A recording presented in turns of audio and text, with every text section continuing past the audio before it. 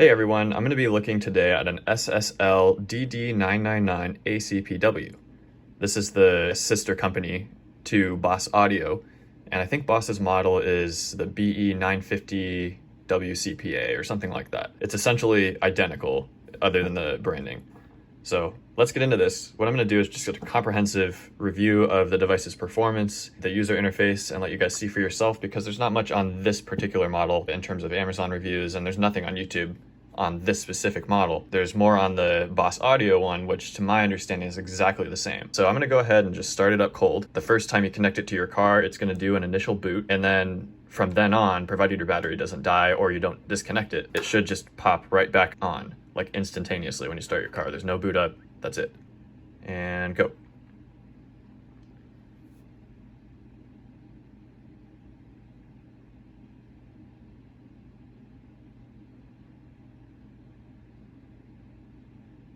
And that's it.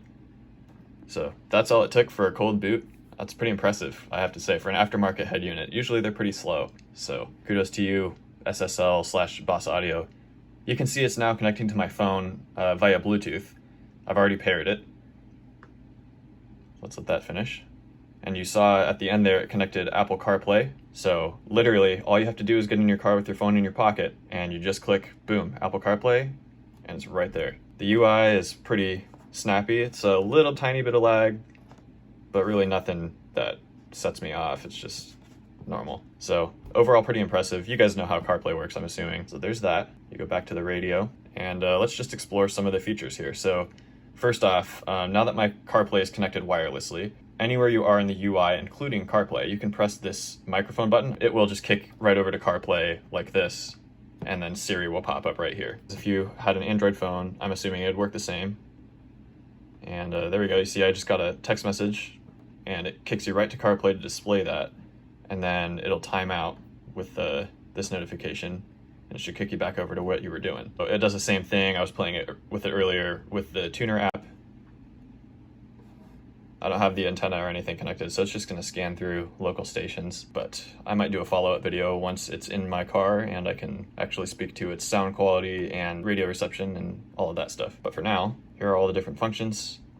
Of course, since I have CarPlay connected, I think it disconnects Bluetooth and uses Wi-Fi for CarPlay. So if I had Bluetooth connected, I would show you that, but it's pretty basic. You know how that works. Same thing with the phone app. It actually just kicks you right over to CarPlay, and you can dial from here. You can go to your favorites and recents, voicemail. So let's go back home. Oh, one thing I did want to show you was that the CarPlay UI is integrated seamlessly with the system UI. So if you change the volume or something, it'll just pop the system volume up over that. Same thing with mute.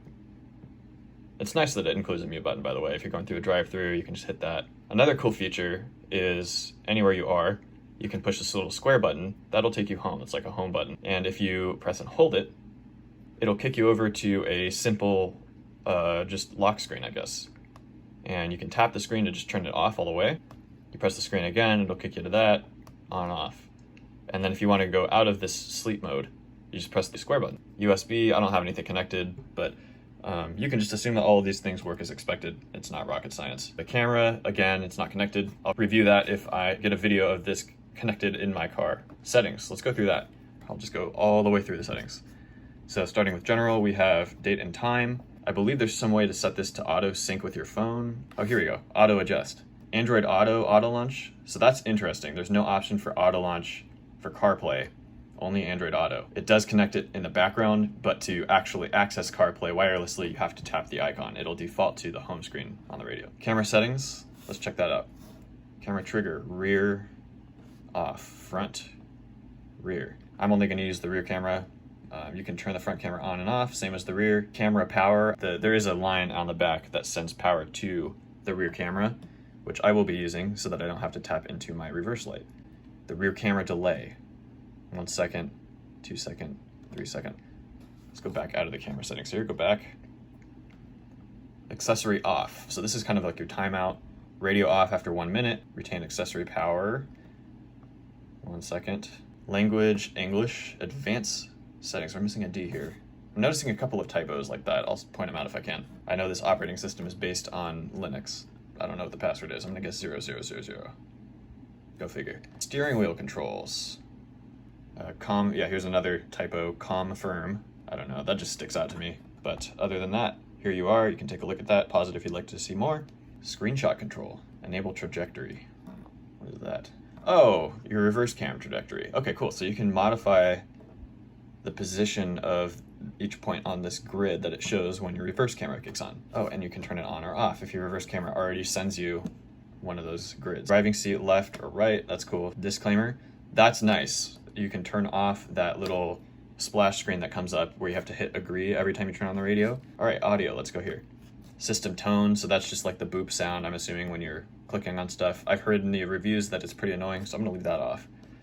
The loudness, subwoofer, I'm gonna have to play with these honestly once I get it connected in my car because I have no idea what any of these are gonna sound like yet. Just for reference, here's what you get. You can adjust your subwoofer gain and frequency, your volume for media, phone, speech, and ringtone.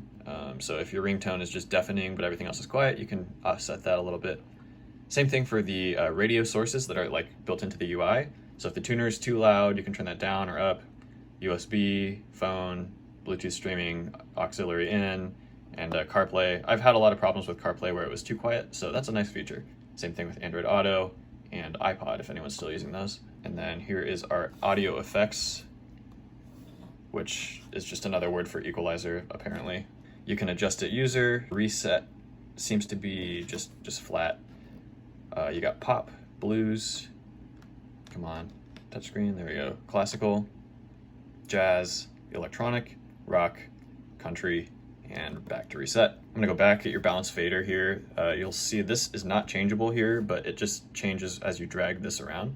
So you kind of adjust where you want the center of the audio to be, and that is the audio. So illumination, you can change your day brightness. There you go, 0 to 10, and night brightness. You'll notice that that is not adjustable. I am not sure why. Hopefully it will be once I plug everything in. I'm gonna obviously tap into my car's wire harness for the headlight illumination, and that'll kick it into dark mode when I turn my headlight switch on. The gamma, you can adjust that. I've played with this. It really doesn't seem to make a visual difference. I'm not sure how high this goes. I would assume 250 to 0, but your mileage may vary there. Here's the LED animation. You can see I have my LEDs set to white right now. Unfortunately, these are your only color options. This lacks the setting where you can set your own color, like a custom color. You cannot do that. LED animation, you can turn that on. Can you? There you go. And it'll just flick through. You see it doesn't really fade, it just kind of flicks through them. And you can also reset all of these to default if you change any of these numeric values and you can't remember where they were originally. Moving on to the device. So you can set up your Bluetooth devices. I guess if you had hundreds of them, you could search. I don't want to do that right now, so stop that. Okay. Oh, that's okay, never mind.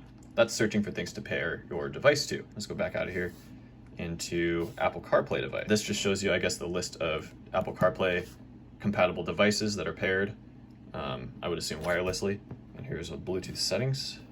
Bluetooth power on, auto answer, auto download phone book, software version v1.34. Cool. Okay, back out of here. Change the device name. Now that's cool. We can change it from this long rambling Bluetooth name to whatever your car is, like Ford or Toyota or whatever. Reset your Wi-Fi password. Now this uses a Wi-Fi radio to connect to your iPhone or your Android to display wireless, Android Auto, or Apple CarPlay. Those are your device settings. Radio settings. FM, seek quality. Reset seek quality. Again, with these numeric values, it just has a nice little reset button. I wish it had that for the balance fade graph, but so it is. Region America. Cool thing about this is if you are global and you have even numbered FM stations, unlike America where we only have odd numbered FM stations, you are able to change that. So you can change it to European stations. Then we have your radio-based data system, which is going to be the text that shows up with your radio stations. AF, TA I know is traffic announcements. Soft mute, this I'm assuming is when you hit the mute button. Instead of muting it to 0, it'll mute it to something lower so that it's quieter. And auto presets. It kicked me right over to the tuner and started scanning, and then it just stores everything it can find. You can't really, oh you can, cool. So you can scroll through all of these and have multiple pages of presets. That's a neat feature. A lot of aftermarket radios actually don't have that. The last page is about. There's your hardware version, software, Bluetooth, MAC, serial, and USB. That's about it. Let's get back out of here. head to the main menu.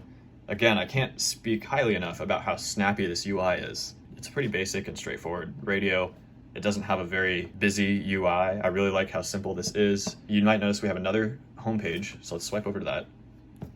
This just contains, I guess, iPod, so if you connect an iPod to your USB port, which is right here, it'll read the iPod. I don't know anyone who uses an iPod still, so good luck with that. And then auxiliary in.